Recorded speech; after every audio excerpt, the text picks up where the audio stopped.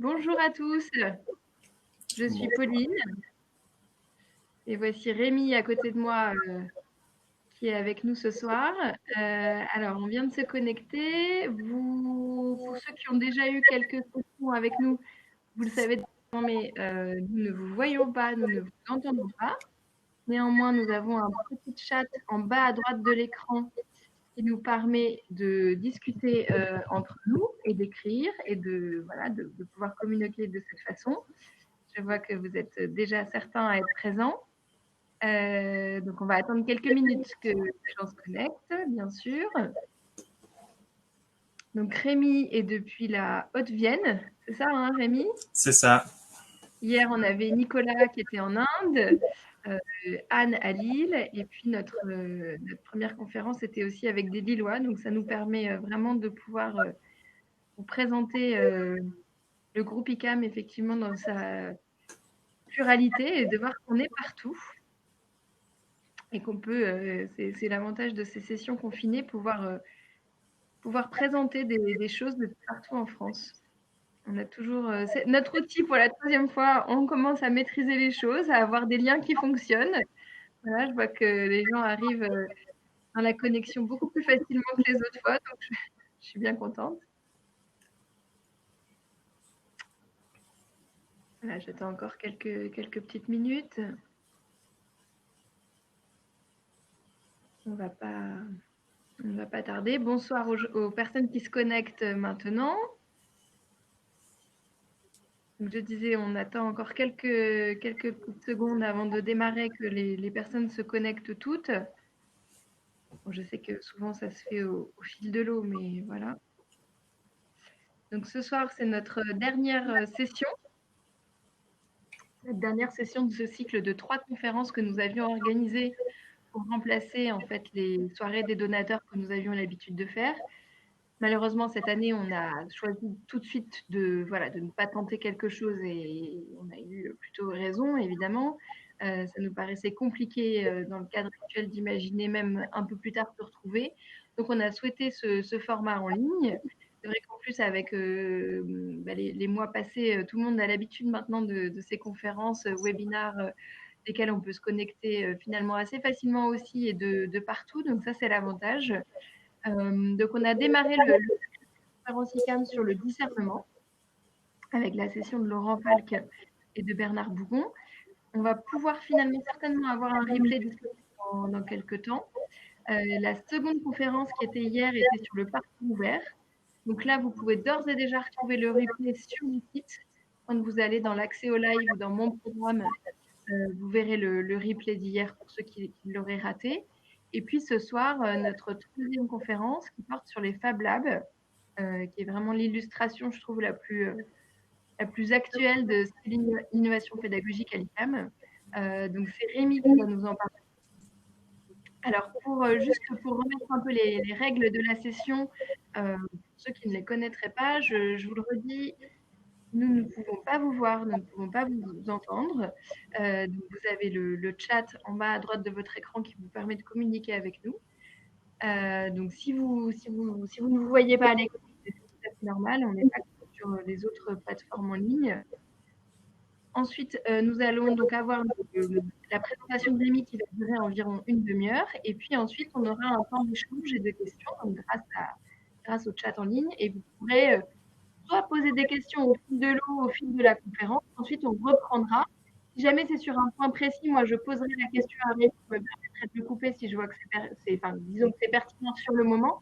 Autrement, on y reviendra bien à la fin de la session. Voilà, donc, n'hésitez pas à intervenir, ça rend le moment beaucoup plus riche d'avoir des échanges ensemble. Moi, je voulais de nouveau remercier tous les gens qui sont ce soir et puis de façon générale tous nos donateurs à l'ICAM et tous les partenaires entreprises qui nous soutiennent parce que c'est vrai que c'est effectivement capital pour nous de pouvoir compter sur un réseau de partenaires et de donateurs.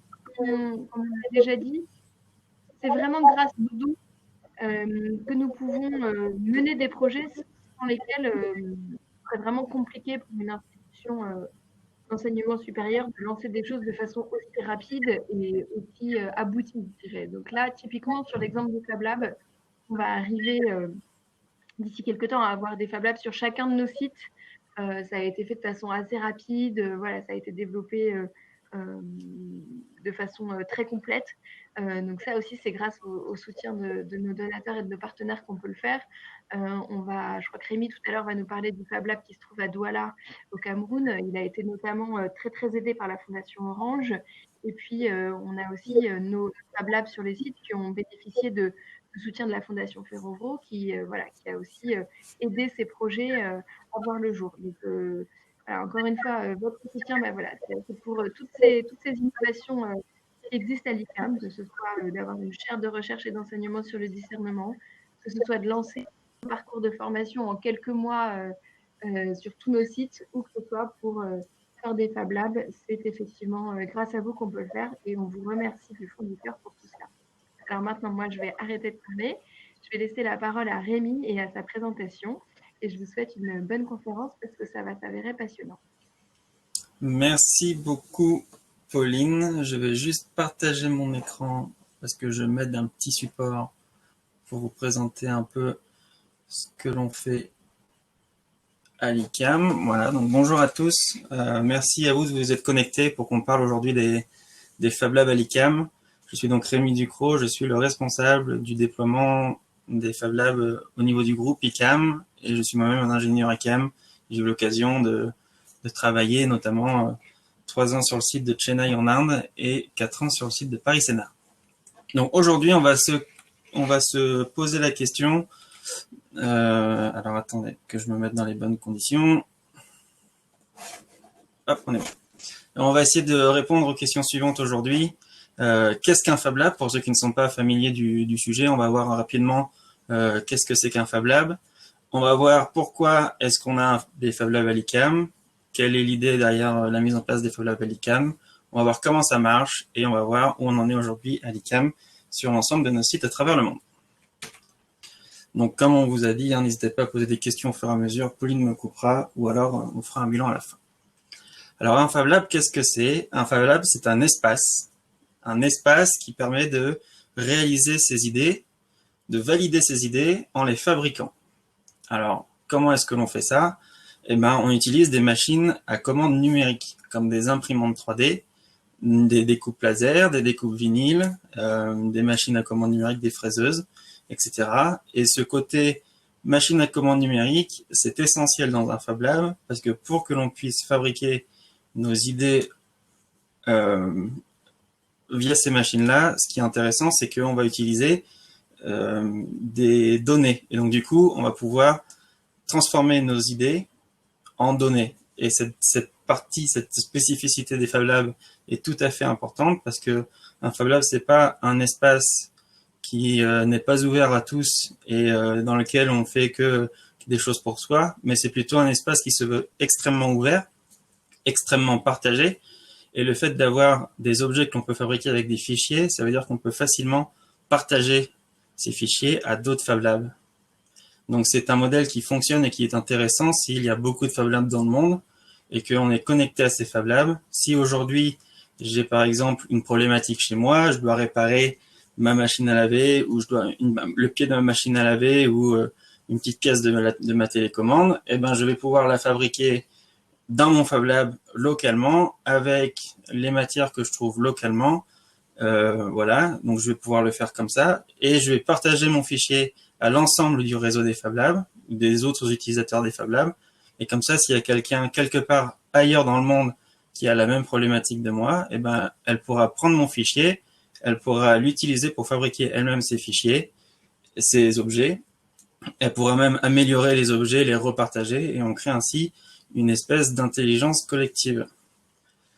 Ce qui est intéressant aussi avec ce concept des Fab Labs, c'est que du coup, si on réfléchit bien, si on a à disposition des machines pour fabriquer nos idées, au début, on va fabriquer des petits objets, puis petit à petit, on va de plus en plus fabriquer des choses pour ce qui va changer notre manière de consommer.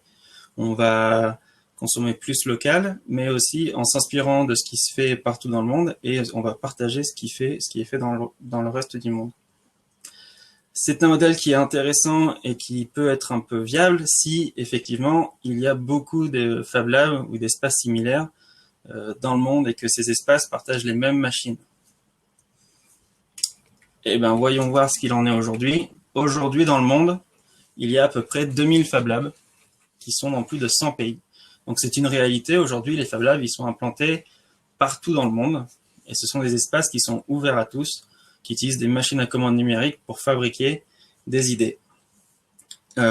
Pour information, c'est un concept qui est né il y a 20 ans au MIT à Boston, où on a eu le professeur Neil Gershenfield, qui est aujourd'hui le directeur du Center of Bits and Atoms, qui s'était dit à l'époque, tiens, mais moi, au MIT, j'ai des machines qui coûtent des millions de dollars et qui prennent tout l'espace d'une salle et qui permettent de faire qu'une tâche très spécifique. Et en parallèle de ça, je me rends compte qu'il y a plein de machines à commande numérique que je pourrais mettre dans un seul espace pour une fraction du prix et qui me permettrait de fabriquer presque tout ce que je veux. Il disait « How to make almost anything ». Donc il a monté son premier atelier et il en a fait un cours.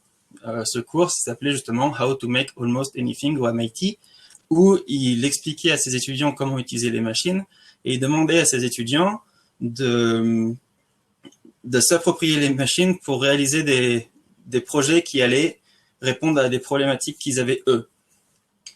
Un exemple qu'il donne souvent quand on parle de cette période-là, c'est cette étudiante qui avait de l'anxiété en public, qui a créé un grand coussin dans lequel elle criait en public, elle criait dans le coussin, ce qui fait que personne n'entendait autour. Et après, elle pouvait aller à l'extérieur, elle rappuyait sur le coussin et le cri s'échappait du coussin. Comme ça, toute sa frustration et son anxiété, elle partait avec. Neil a été vraiment très surpris de la diversité de tous les projets qui ont été faits par ses étudiants et il s'est alors dit que ça pouvait être intéressant d'avoir un réseau distribué de ces petits Fab Labs. Et c'est là qu'il a vraiment pris en compte l'impact social que cela pourrait avoir. Dans les premières années, dans les 20 premières années, il y a eu une croissance exponentielle du nombre de Fab Labs dans le monde. La croissance des nombres de Fab Labs dans le monde, elle suit ce qu'on appelle la loi de Moore. Si vous ne savez pas, Moore, c'est quelqu'un qui avait dit que dans les puces électroniques, tous les ans, on pouvait doubler le nombre de transistors dans une puce pour la moitié du prix. Et bien, on se rend compte que le Fab Lab, ça suit la même extension. En fait, tous les 1 an et demi, on double le nombre de Fab Labs dans le monde. Même si ces dernières années, ça s'est un peu tassé, il y a eu 15-16 ans où ça a été le cas. Du coup, il y a 10 ans, il y a une Fab Foundation qui a été créée, à Boston aussi, dans le but de coordonner les activités du réseau grandissant des Fab Labs. Aujourd'hui, il y a même ce que l'on appelle des Fab Régions. Les Fab Régions, ce sont des régions partout dans le monde qui permettent de gérer un peu ce qui se passe dans les Fab Labs d'un point de vue régional. En France, on a le réseau français des Fab Labs, et il faut savoir que en France, on est le 2e pays où il y a le plus de Fab Labs dans le monde, juste derrière les États-Unis, à quelques unités près, et juste devant l'Italie. On aime vraiment beaucoup le concept. Et ça marche plutôt bien chez nous. Donc voilà, je ne peux pas aller dans les détails de ce que fait la Fab Foundation, parce que ça me prendrait trop de temps, mais si vous voulez dans les questions, on pourra échanger sur la question. Alors maintenant, pourquoi est-ce qu'on a voulu mettre des Fab Labs à l'ICAM? Eh ben, il faut savoir, si vous ne le savez pas, que à l'ICAM, on valide ce qu'on appelle des projets structurants. Sur des cycles de quelques années, on va valider des projets qui vont impacter tous les sites et qui vont donner des orientations sur comment est-ce qu'on va faire évoluer l'ICAM, nos manières d'enseigner, etc. Et en 2016 a été validé le projet structurant des Fab Labs à l'ICAM et le lancement du Sénar Lab, donc qui est le Fab Lab de Paris-Sénar, 1 an après l'inauguration du site de Paris-Sénar. Et il faut savoir que c'est un projet qui a été porté par le pôle enseignement supérieur et recherche avec pour objectif de faire évoluer nos pratiques pédagogiques. On a vu dans les Fab Labs une opportunité pour nos étudiants d'aller encore plus vite dans le concret. Vous le savez, à l'ICAM, on est très porté sur le concret, via la pédagogie ignatienne notamment. Et ben, les Fab Labs, ça amène déjà un set d'outils, de nouvelles machines dans le Fab Lab, dans l'ICAM, et en plus, ça permet aux étudiants d'aller encore plus vite vers le concret. Pour vous faire un petit schéma pour expliquer tout ça, Vous le savez peut-être, à l'ICAM, depuis très longtemps, on a des experts pour optimiser des systèmes, pour créer des simulations, aller au bout des choses. Techniquement, on est assez fort là-dessus. C'est quelque chose que l'on fait depuis très longtemps. Dès qu'on a un système, on sait le valider. On peut même produire des petites séries via les ateliers que l'on a à l'ICAM, etc., etc. En France, du moins, ensuite, on a des environnements, des écosystèmes. On peut faire de la R&D, aller vers des pépinières d'entreprises, chercher des financements. On peut continuer à développer son projet, même en dehors de l'ICAM, pour aller vers le marché de l'entreprise, créer un marché, créer une activité. Le Fab Lab, il va lui arriver en amont de tout ça, et en fait, il va permettre, donc, comme tous les Fab Labs, de prendre les idées et de les fabriquer. Et non seulement on va prendre les idées, mais on va même plus loin, puisqu'on va faire émerger les idées, pas que les valider, et on va, grâce aux outils du Fab Lab, aller vers un démonstrateur. Donc, mon idée, je montre qu'elle, possiblement, elle fonctionne. Ça, c'est intéressant, parce que, je me suis perdu, oui, on valide les idées via un démonstrateur, et ensuite, une fois qu'on a validé ça, le démonstrateur, c'est pas du tout un produit fini, pas du tout un produit optimisé, mais l'optimisation, la fabrication de petites séries, c'est des choses que traditionnellement, on sait faire à l'ICAM. Donc, on rattrape les wagons et on continue comme on sait toujours le faire à l'ICAM. Ça devient très intéressant parce que grâce à l'outil du Fab Lab, on va amener les étudiants d'un statut de porteur d'idées, voilà, un élève ingénieur qui est innovateur, qui est créateur, et on va l'amener tout au long de sa formation vers une stature de porteur de projet, où l'ingénieur va devenir concepteur, entrepreneur, etc. C'est pas du tout un espace qui remplace un atelier, qui remplace un labo de recherche, c'est vraiment une entité nouvelle, supplémentaire, que l'on souhaite amener à l'ICAM pour faire ces innovations-là. Maintenant, qu'est-ce qu'un Fab Lab à l'ICAM? Un Fab Lab ICAM. Donc, comme tous les Fab Labs, un Fab Lab ICAM, c'est un espace. C'est un espace qui est dans son environnement. Donc, c'est un espace dans lequel on va trouver des outils, on va suivre un modèle qui est dicté par le réseau des Fab Labs et on va être connecté aux autres Fab Labs via la documentation des projets, puisqu'on utilise des fichiers pour fabriquer des objets. Mais c'est aussi des utilisateurs qui sont ancrés dans un territoire et du coup, le Fab Lab va être connecté à d'autres lieux localement et ça va nous permettre de répondre à des problématiques locales. Donc, on va avoir un impact local. Le Fab Lab est un espace qui est ouvert, pas que à nos étudiants, mais ouvert à tous. Et du coup, on va pouvoir répondre à des problématiques locales. Et on va avoir un impact global, puisque on va pouvoir documenter nos projets et on va pouvoir être connecté aux autres Fab Labs dans le monde. Ces projets, justement, ils apportent beaucoup de choses à l'ICAM. On va pouvoir faire, grâce à ces projets, des nouveaux objets, des détournements d'objets. On va pouvoir aller vers du projet collaboratif au sein de l'ICAM, entre l'ICAM et des acteurs du territoire, et entre les différents Fab Labs ICAM et les différents Fab Labs dans le monde. On va réfléchir à des solutions globales, locales et globales à des problématiques, comme par exemple, je peux vous dire qu'aujourd'hui, à Lille, à Nantes et à Recife, tous ont un groupe de travail sur le recyclage du plastique. Et donc, le fait d'avoir les mêmes machines est une force, et de pouvoir partager les expérimentations permet d'aller plus vite et plus loin dans les expérimentations. On va vers l'objet pour un marché d'une personne. Je peux aussi fabriquer un objet pour moi ou pour une personne qui ne servira que pour une application très précise. On amène une économie circulaire localement avec la possibilité de réparer, de réutiliser, de recycler. On a une ouverture aux autres. C'est un lieu qui nous permet de nous ouvrir sur les autres localement et globalement. Ça amène de la mixité sociale. Là-dessus, j'ai un exemple que j'aimerais vous partager.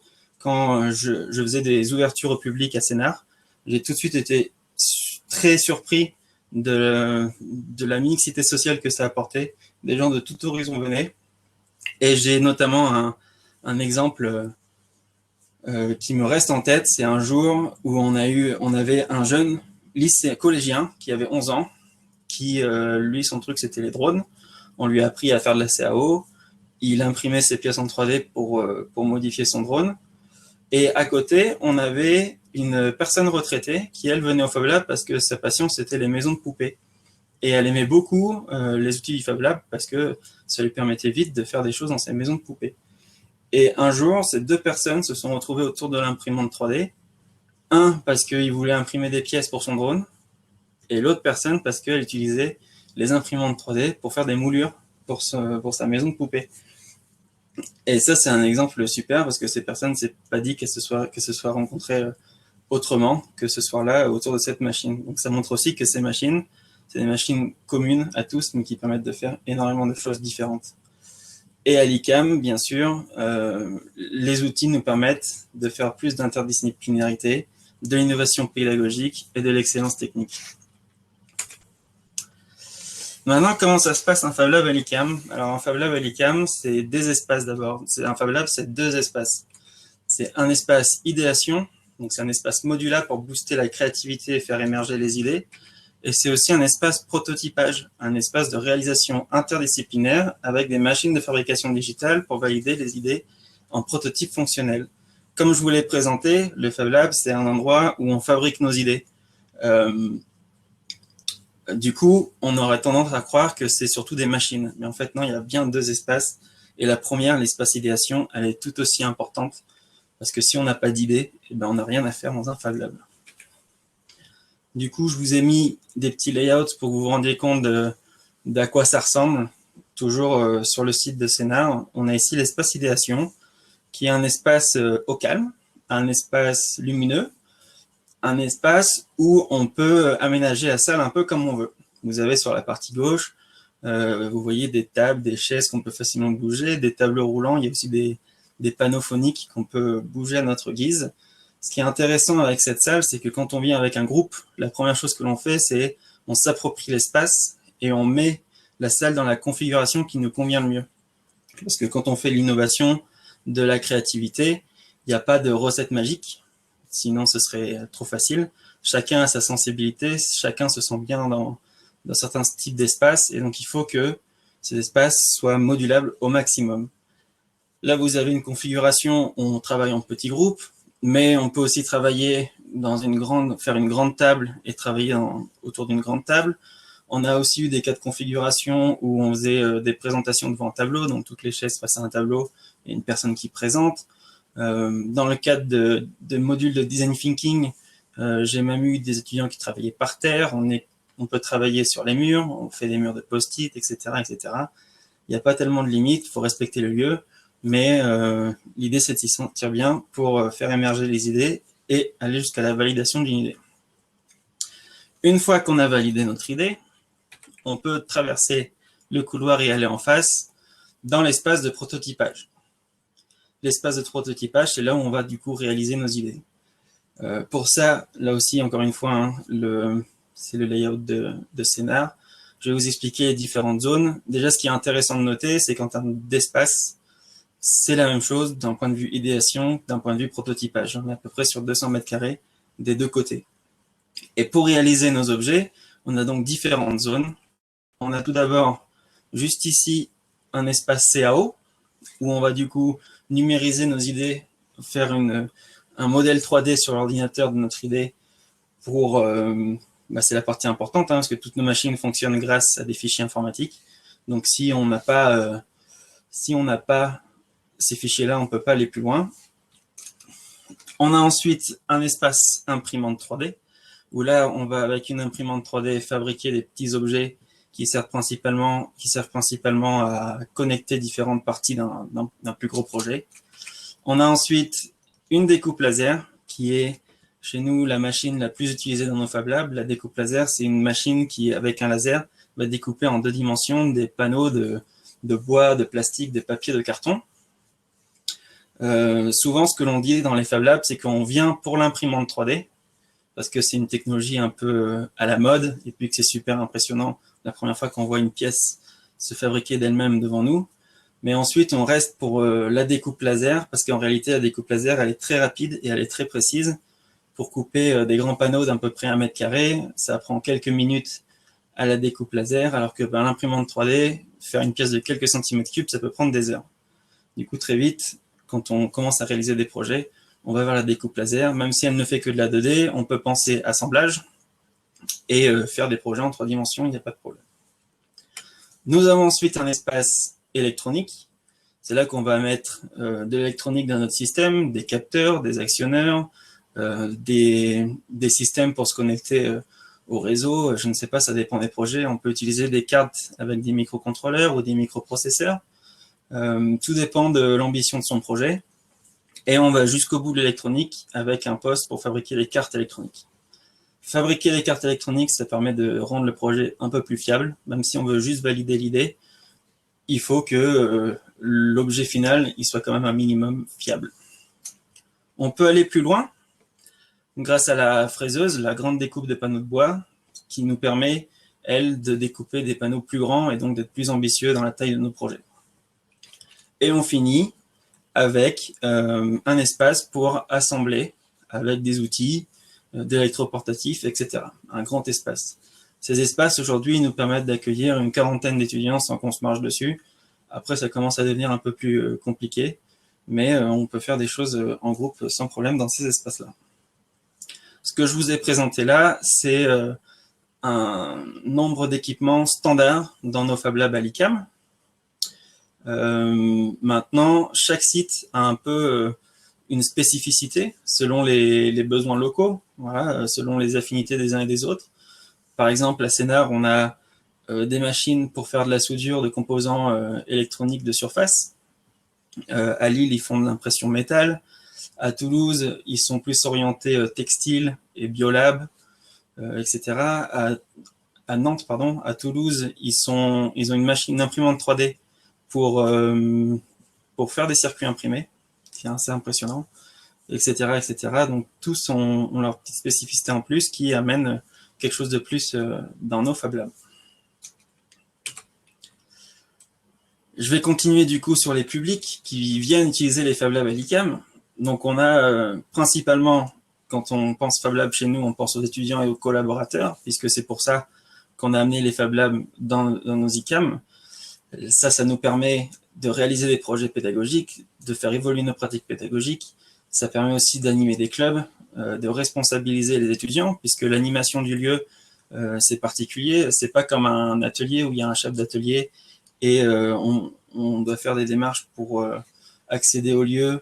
Voilà, c'est en fonction des disponibilités des uns et des autres. Le Fab Lab est animé en co-responsabilité avec les étudiants.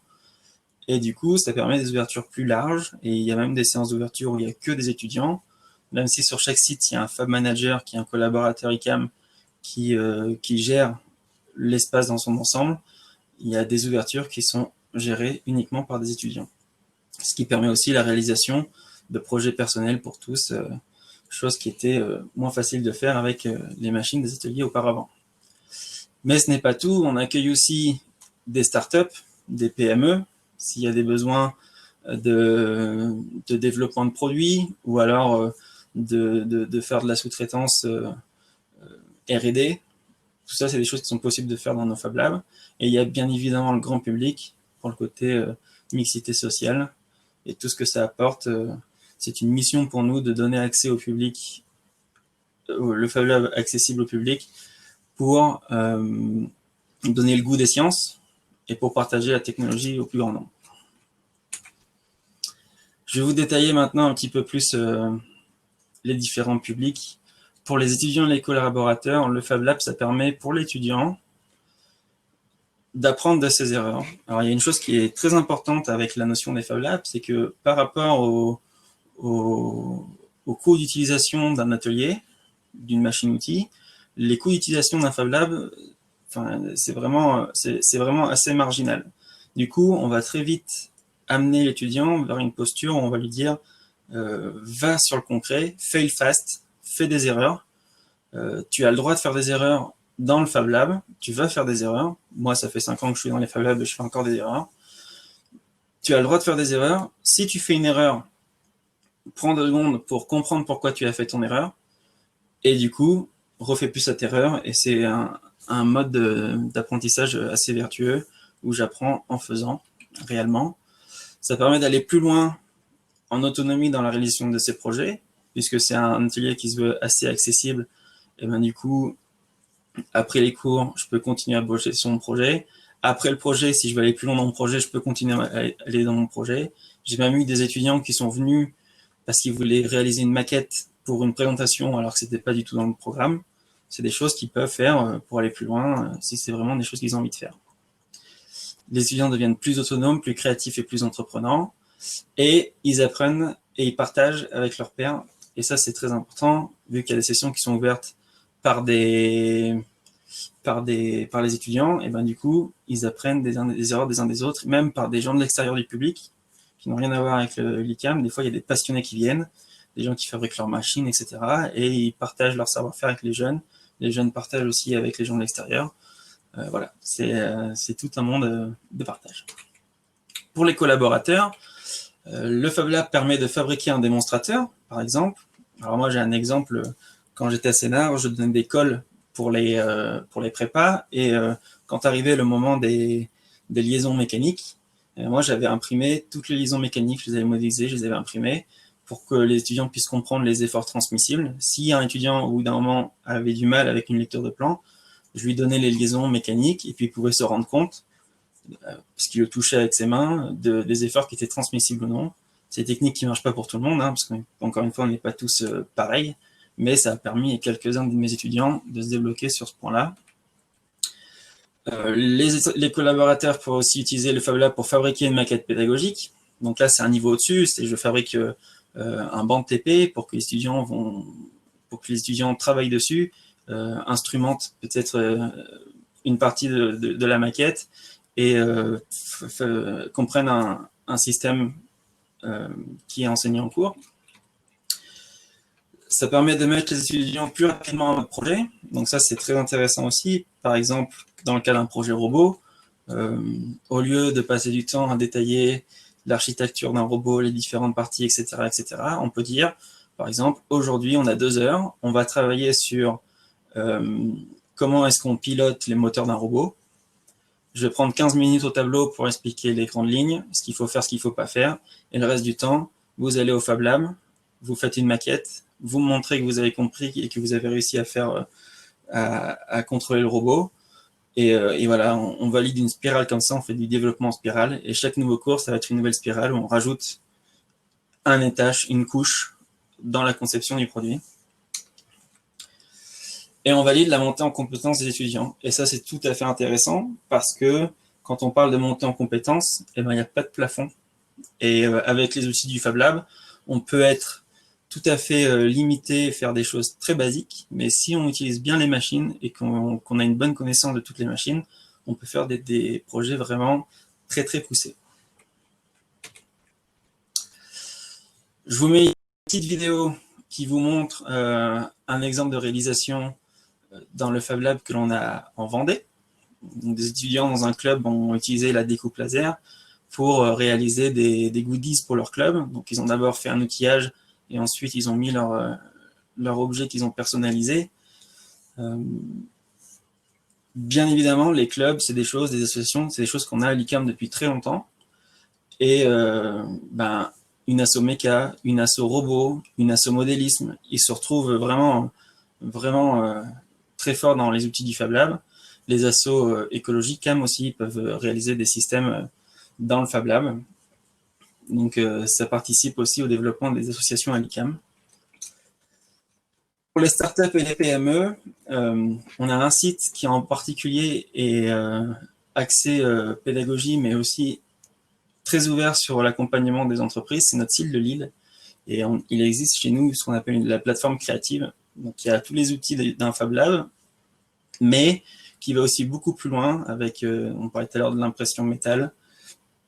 Ils ont beaucoup de machines et ils ont les moyens de vous accompagner, vous, si vous êtes dans le Nord et que vous avez des envies de développer des choses. Je vous invite vraiment à contacter Mathieu ou l'ICAM qui vous feront visiter l'espace. C'est un espace vraiment intéressant à voir. Ils ont notamment, comme on voit sur l'image là, un scanner 3D de haute précision pour numériser les objets.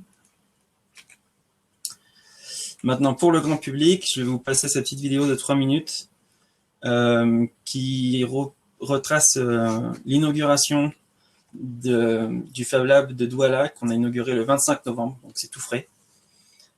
Et dans cette vidéo, ce que j'aime bien, c'est que ça montre bien que le Fab Lab, en plus de l'impact que ça aura sur la pédagogie, sur nos étudiants, ça va aussi avoir un fort impact sur les jeunes au niveau local.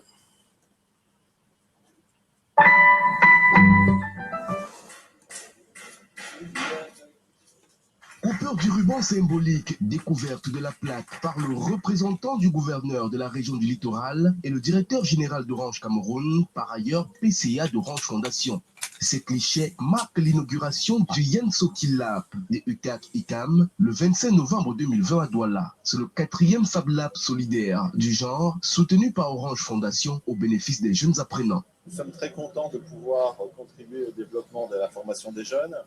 Un Fab Lab, c'est un endroit où des jeunes qui sont en dehors du système scolaire ou qui n'ont pas eu la chance d'avoir des résultats peuvent apprendre les technologies de demain, la découpe numérique, la programmation. Et c'est la 4e expérience de ce type d'Orange au Cameroun et nous sommes très très fiers d'avoir trouvé les partenaires pour pouvoir le faire et d'offrir à la jeunesse de Douala aujourd'hui ce type d'outil. Constitué des brodeuses numériques, d'imprimantes 3D, de découpes laser et vinyle, de presses thermiques et kits électroniques, Yensoki Lab a tout pour accompagner les jeunes dans la conception numérique. On va rendre accessible pas seulement à nos jeunes étudiants du campus, bien sûr ça va être les premiers bénéficiaires de cet outil-là, mais également à des populations de l'extérieur, des jeunes décrocheurs, qui parfois ne sont pas arrivés, par exemple, jusqu'au bac, mais qui ont des capacités manuelles, qui ont des capacités de conception, et on va les former à ces nouveaux outils, ces nouveaux équipements. Ce laboratoire va permettre aux étudiants de concevoir des prototypes qui permettront d'apporter des solutions concrètes et locales aux problèmes des entreprises. Pour les jeunes décrocheurs, 2 métiers essentiels sont sélectionnés, la menuiserie et la broderie couture. On sait qu'ici, il y a énormément de bois, il y a énormément de possibilité de fabriquer des meubles de haute qualité plutôt que de les importer. C'est quand même assez stupide d'importer des tables et des chaises. Et donc, on peut accompagner des menuisiers à utiliser des nouvelles technologies et en tout cas travailler avec plus de précision sur tout ce qui est fabrication de meubles. Et le deuxième métier, c'est la broderie, donc la broderie couture. Mais on a la possibilité avec des machines numériques de concevoir en fait des motifs, concevoir des choses qu'on va ensuite mettre en fabrication avec des machines automatiques en fait. Des opportunités non négligeables offertes par Orange Fondation qui, depuis sa création en 2009, œuvre activement à l'amélioration de la qualité de l'éducation et de la formation professionnelle sur l'étendue du territoire national. Orange. Donc voilà un exemple de Fab Lab qui aura un impact fort local parce qu'il est ouvert. Hop là. Je vais vous montrer maintenant quelques petites réalisations qui ont été faites dans les Fab Labs pour vous donner un ordre d'idée de tout ce que je viens de vous dire. Donc, par exemple, on a ici des drones. Ça, c'était un atelier qu'on a fait sur une journée, un samedi, ouvert au public, où on avait des familles, du coup, avec des enfants qui sont venus. On a fait l'initiation à l'impression 3D, à la découpe laser. Et à la fin de la journée, les personnes ont assemblé leurs petits drones et sont partis avec. C'était une belle journée. On a aussi la possibilité de fabriquer des machines. Là, vous avez une imprimante 3D qui a été réalisée entièrement dans le Fab Lab. Donc là c'est la découpe laser qui a découpé les différents côtés. Et c'est une imprimante 3D assez spéciale parce qu'elle est dirigée grâce à du fil de pêche. Et le fil de pêche est tendu grâce à des mécaniques de guitare. Donc c'est une machine unique. Les fameuses maquettes pédagogiques, là vous avez un exemple de système où on a une bille dans un tube et il faut asservir le moteur en dessous pour que la bille soit en équilibre dans le tube. Ici, c'est un projet qu'on a fait avec des étudiants indiens qui venaient en summer programme pendant un mois. On voulait leur faire un projet d'initiation pour qu'ils puissent toucher un peu à toutes les technos du Fab Lab. Là, on a de l'impression 3D, de la conception 3D, on a de la découpe laser avec la jupe en dessous et l'attache de la jupe. On a de la conception électronique, on a fait la carte électronique aussi, et c'est tout contrôlé avec une application en Wi-Fi. Donc, il a fallu coder l'application en Wi-Fi et puis faire le lien avec le réseau, etc. Donc, un projet vraiment complet. Là, vous avez un autre exemple assez sympa de ce qu'on peut faire dans les Fab Labs. Ça, c'est un photo booth, donc un appareil photo qu'on utilise pendant les portes ouvertes ou sur les salons. Sur l'écran tactile, vous pouvez mettre votre adresse mail. Ensuite, vous prenez une grande photo, vous appuyez sur le grand bouton, ça vous prendra en photo. Ça vous enverra par mail la photo avec un bandeau avec le site ICAM et les plaquettes ICAM en pièces jointes des différentes formations. Vous avez ici un banc pour faire du tri de matériaux isolants. Un projet un peu plus personnel, voilà, une bande d'arcade, l'arcade ICAM, pour les amoureux de jeux rétro.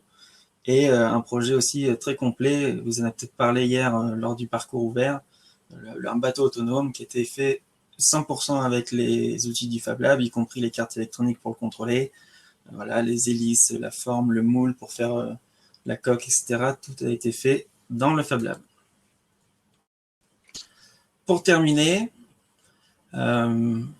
aujourd'hui, à l'ICAM, le projet de mettre en place des Fab Labs à l'ICAM est lancé sur tous les sites, sauf à Pointe-Noire. Il existe cependant des Fab Managers. Donc, moi, j'anime aussi ça. On se retrouve régulièrement avec tous les Fab Managers pour faire du lien entre les différents sites, même si on n'est pas tous au même niveau de développement. Tous les Fab Managers qui devront animer le Fab Lab sont identifiés. En France, on a des Fab Labs sur tous les sites, sauf en Bretagne, où il y a une version 2 du Fab Lab qui est en train d'être lancée. Voilà, les dernières nouvelles, c'est à Chennai, où on a reçu des machines lundi. Et le dernier qui a été inauguré, c'est celui de Douala. Le prochain sera celui de Kinshasa. Voilà, merci de votre attention. Pauline, je ne sais pas si tu as vu passer des questions. Merci beaucoup pour cette présentation qui nous a vraiment bien éclairé sur les Fab Labs. C'était hyper complet et très clair. Donc, merci beaucoup à toi pour ce travail. Alors, on a eu effectivement une question de la part d'Olivier qui se demandait en fait si les échanges de données entre Fab Labs, parce que tu disais, les échanges de données entre Fab Labs se font sur la base de fichiers. Y a-t-il des formats standards et des formats open source de fichiers? Quels sont les acteurs qui produisent les machines et les logiciels qui les font marcher? Puis enfin, y a-t-il un risque de faire voler ces idées en se faisant pirater ces fichiers à distance? Donc ça, j'ai cru comprendre que comme on était vraiment sur l'open source, il n'y avait pas vraiment de risque de piratage, puisque l'objectif est comme que ce soit open et que tout le monde puisse avoir accès à tout. Exactement. Mais dans l'intermédiaire, voilà. Mais en tout cas, est-ce qu'il y a des formats spécifiques dont tu peux nous parler? Alors, pour répondre à ces questions, les machines à commande numérique, elles travaillent toutes sous un même format d'image qui sont des déplacements de machines, donc c'est des fichiers qui sont vectoriels. Il y a deux types de fichiers possibles, des fichiers 2D, des fichiers 3D, ou alors des lignes de code, mais ça c'est du texte. Et donc, peu importe la marque de la machine, en fait, si on a des fichiers qui sont vectoriels, c'est-à-dire qu'on peut agrandir ou réduire à l'infini, c'est assez simple de les interfacer avec nos machines. Donc voilà, la question sur les acteurs principaux qui produisent les machines et les logiciels qui les font marcher.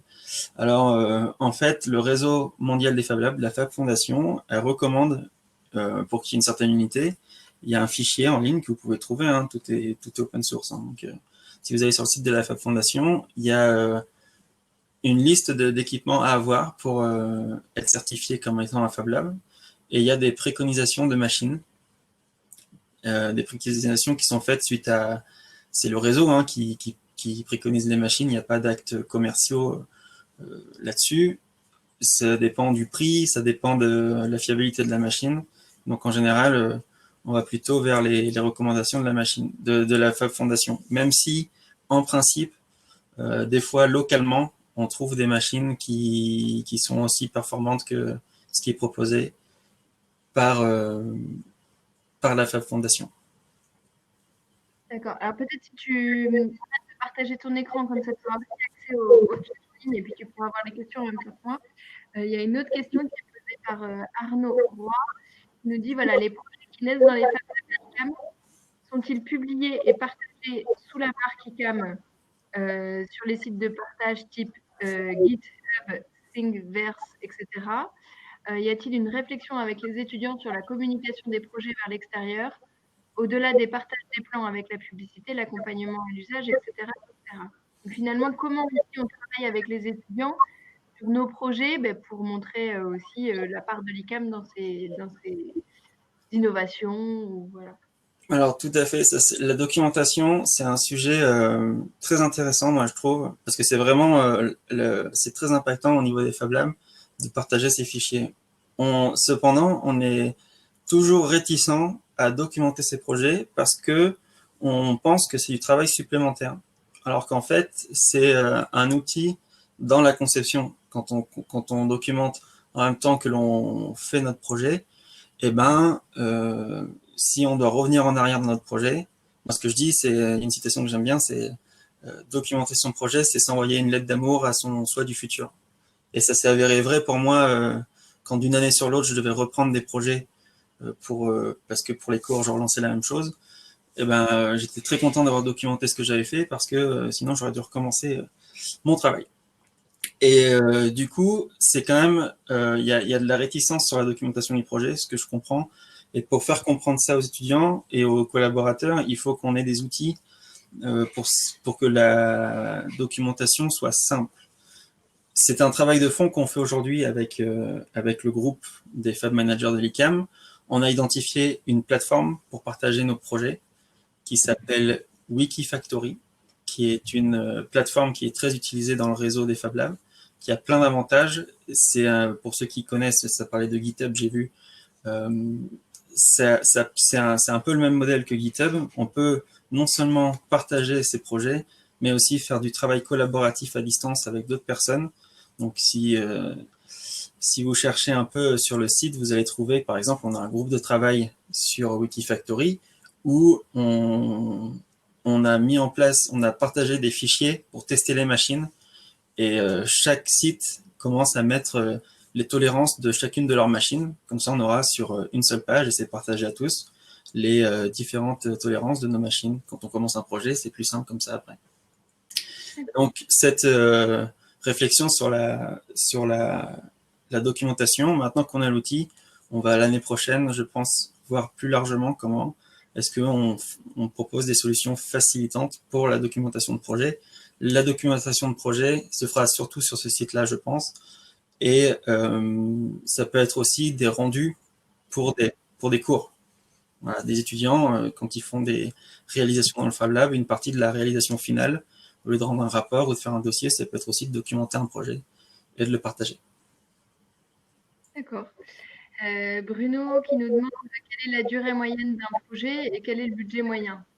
Difficile, non? Tout est faisable, tout est possible. C'est ça, c'est un peu compliqué. Si on peut venir, c'est très satisfaisant de venir à une session d'un Fab Lab avec une idée et de repartir avec son idée. Ça, c'est l'une des premières satisfactions quand on utilise les Fab Labs. Ça peut arriver hein, quand on fait, je dirais que 50% des projets, c'est des petits projets qui se font sur une soirée. Voilà, où on fait des petites réalisations, des supports de quelque chose. Et derrière, quand on va réaliser des machines, bah là, ça peut prendre plusieurs mois. Ça peut prendre plusieurs années, ça dépend. Moi, le bateau connecté que je vous ai montré tout à l'heure, j'ai mis 6 mois à le fabriquer. C'est quoi le projet le plus long que tu as fait?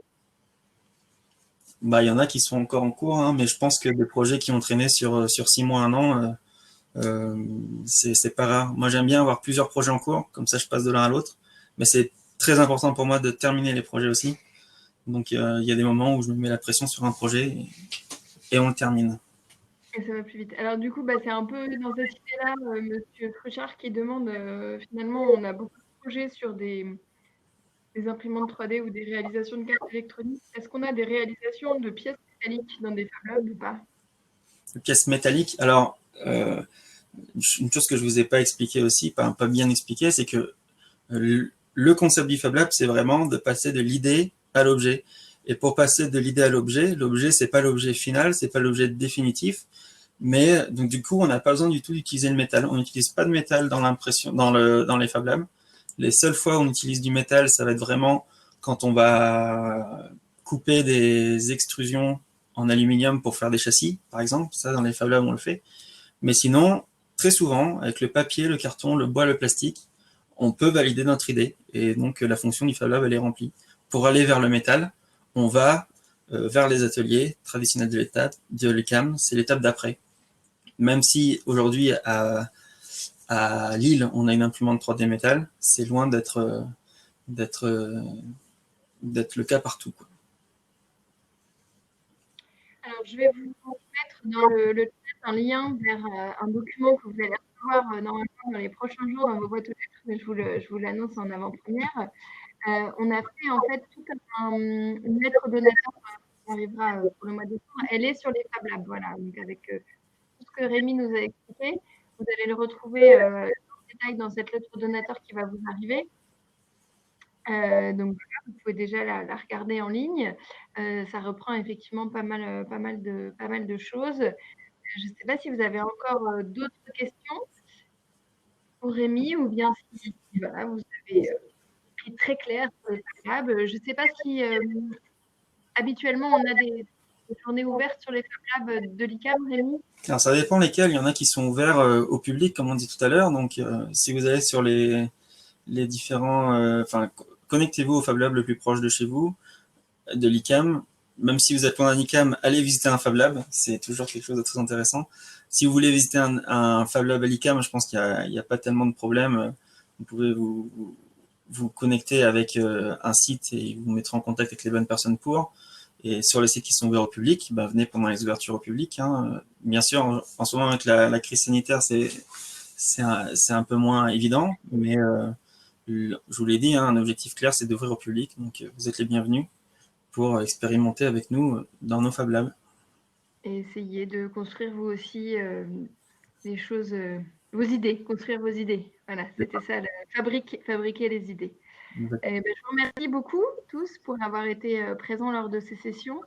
Je pense qu'on a eu des personnes qui étaient là, peut-être 3 sessions. En tout cas, il y a des personnes qui étaient là hier que je vois aujourd'hui.